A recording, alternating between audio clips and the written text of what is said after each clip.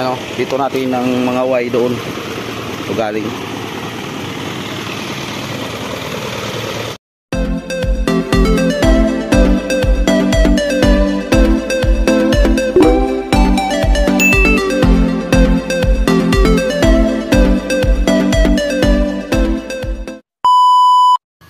Yan, godi mga kabumrom. Dito naman po tayo.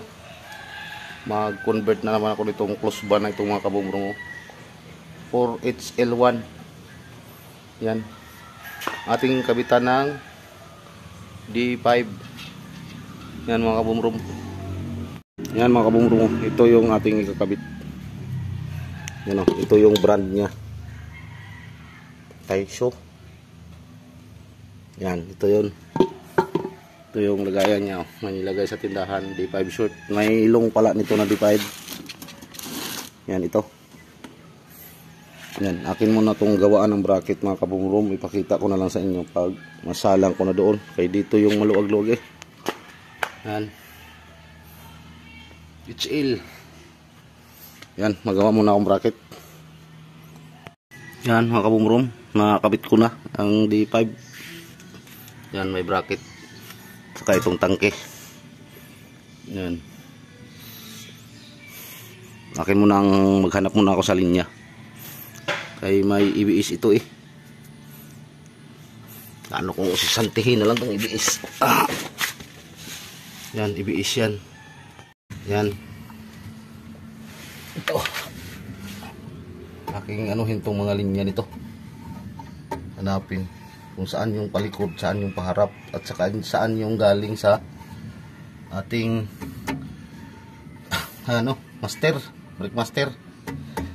Yan, lasa ko ito yung pauna to, saka yung isa doon may pauna din diyan, tapos yung dalawa galing yan ating master. Yan ang hanapin ko dito na linya, para dyan na lang tayo mag-isa, hindi na tayo doon sa unahan. Yan, sikip lang ito HL. Yan mga kabumrom, simula pala nung kaya kinonvert ko to ng D5. Simula nung lumabas yung ABS, umina yung preno. Eh mabigat ang karga, itlog. Kaya yan konvert. Yun din ang ano sa bus, kaya convert natin HL. Tanggalin ko na lang yung sa ABS diyan, pero iano ko muna sa inyo kung anong linya yun. Yan. Itlog karga nito mga kabumrom. Importante naman ang preno talaga eh sa lahat. Yan, kaya convert. Yan. Yan, hindi natin natapos. Tanghali na kasi kami nakabili ng pisa eh. Nagawa pa ng mga bracket. Yan. Hukas na uli. Yan mga kabumrom, tinanggal ko muna yung pansamantala yung propeller. Gawa ng napakasikip dito. Itong ABS, tanggalin ko yan. Yan, ito yung isa galing sa load sensing valve. Tapos itong isa galing pa rin sa ating master to. Pareha to silang dalawa. Pero itong isa galing sa load sensing valve. Para sa load sensing valve. Tapos itong dalawa dito, sobra lang kasikip ng kabumrom. Ito yung papuntang una. Saka itong dalawa papuntang likod. Tanggalin ko muna to. Bilis. Tagtagin ko na yan. Pakita ko lang sa inyo ang ang paglinya nito. Nilang madilim. Yan. Iwan ko kung nakita nyo ng ayos. Ito yung pang-una. Ito yung dalawang likod. Dalawang una. Dalawang likod. Master. Galing. Sinsimbal tong isa. Kaya yun. Tanggalin ko muna to. Biis. Saka ito mga kabumrom. Nagawa na akong ganito. Tatlong tiyan. Kita mo. Kita nyo mga kabumrom. Doon natin ikabit yan. Halimbawa. Ito yung sa dalawang likod.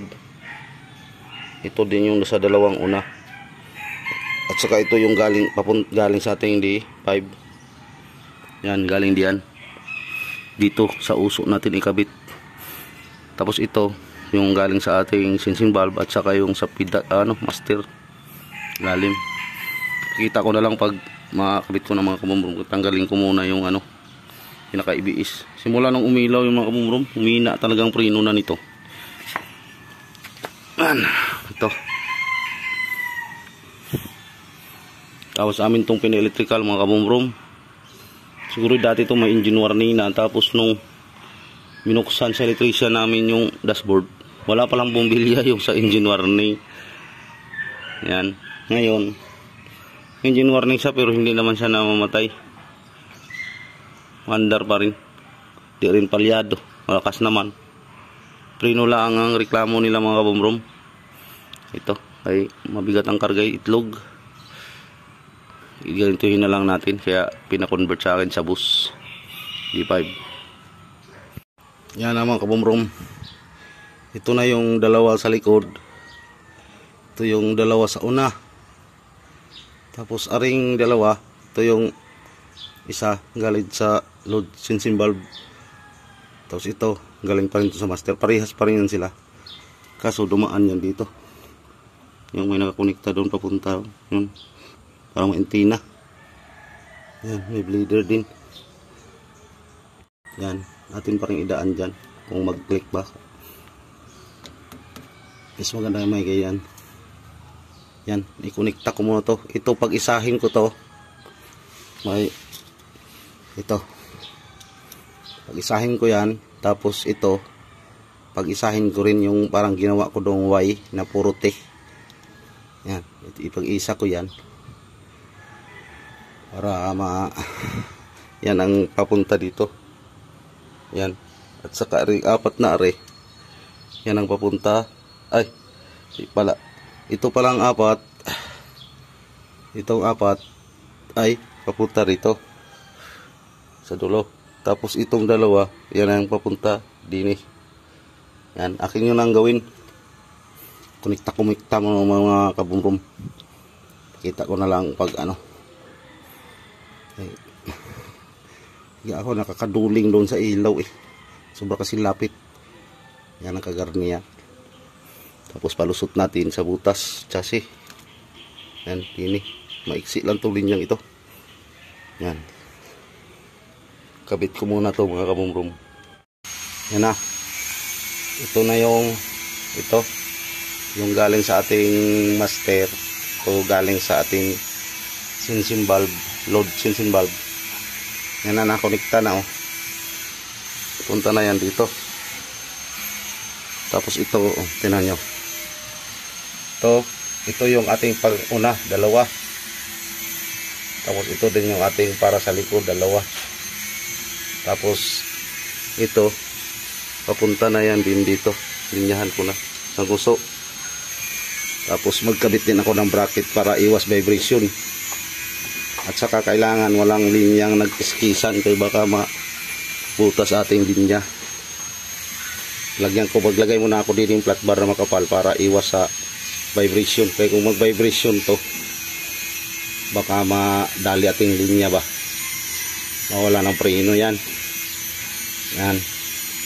Lagyan ko muna ng bracket yan. Yan ang itsura oh. Yan. Lagyan ko muna ng bracket bago ako maglinya. Kung kita nyo masyado mga idol, mga kabumrom. Ito yung dalawang una. Ito yung dalawang likod. Saka ito yung sa master. Ito yung sa load sensing valve. Ito. Bila. Yan. At saka papunta na yan dito ha. Ito. Yan mga kabumrom. Ito pala yung gamit kong steel tube oh. Ayun oh. Kasya ng ayan, sa 316 na butas.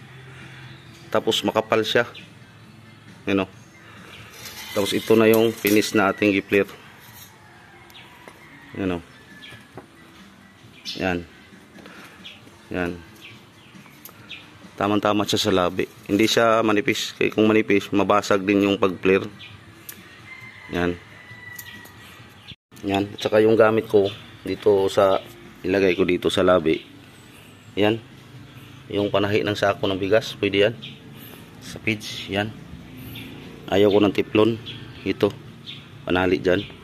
Yan mga kabumrom, yan ang aking nilagay. Tested na yan, yan ang gamit ko. Iwan ko sa iba, basta para sa akin, mas maganda ito. Yan. Yan ang mga kabumrom. Ito yung sa ating master. Yan, dito yan. Saka ito yung sa may bracket na. Ito sa una likod. Tapos yung dito parehas ng connection lang naman dyan. Yan, papunta na yan dito. Ito. Akin lang butangan lagyan ng insulator yan diyan. Para hindi magkiskisan sa bakal. Tapos cable tie. Yan. Para mag-try na ako. Maglagay na rin ako ng hose. Malaki yan. Tubo. Yan o, aray, malaki. Malaki din yan. Hindi ko na yan katulad sa ibang dinugsungan ng 3/8 na tubo. Ito'y hindi. Malaki. Tapos yung sa kabila, yun maliit. Papunta yan sa ating vacuum ng alternator. Pakita ko na lang pag makabit na yan doon. Sa may, kung saan natin ikabit. Lasa ko doon sa may exhaust kay sira na yun eh. Yan. Yan. Yan o, ito na yun. Yung sa ating tangke doon maliit. Ito nakakondim na to sa exhaust. Dati kay singaw na yan. Yan kayong pinaka ano ba, kurang solenoid valve. Dito ko ikakabit yan.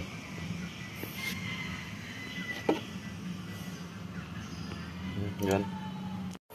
Yan, kabit ko na oh. Ito yung ating inalis. Yan. Kaya magkabit muna ako sa propeller tapos mag-bleed testingan namin kung ayos ba. HL or HL1. Yan, ito yung ating pinatakbo doon na hose. Tapos ito yung sa ating D5. Tingnan mo. Tapos maglagay din ako patunog. Flexible. Okay, apat. Dalawang bomba. Okay. Firme.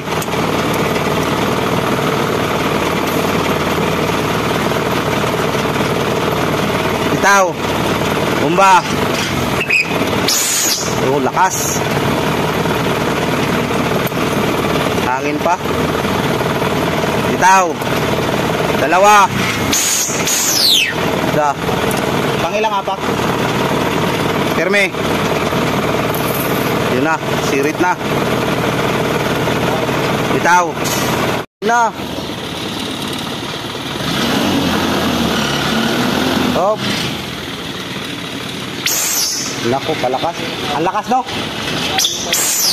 Ah, sige, takbo-takbo muna. Ang lakas. Yug-yug. Yun.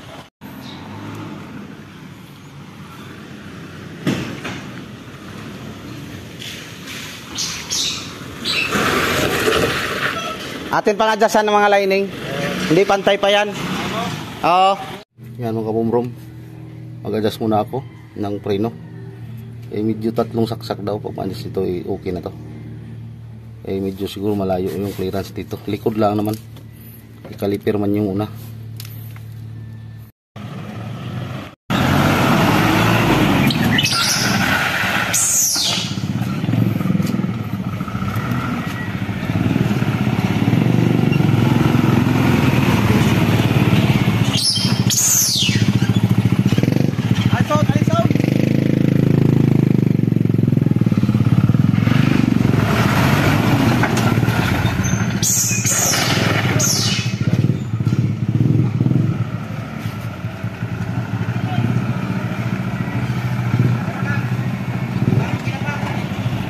Yan. Maraming salamat sa panonood mga kabumrom. Please subscribe mga kabumrom kung bago ka lang sa aking channel. Yan mga kabumrom. Like and share mga kabumrom. Ano, dito natin ng mga Y doon. Ito galing.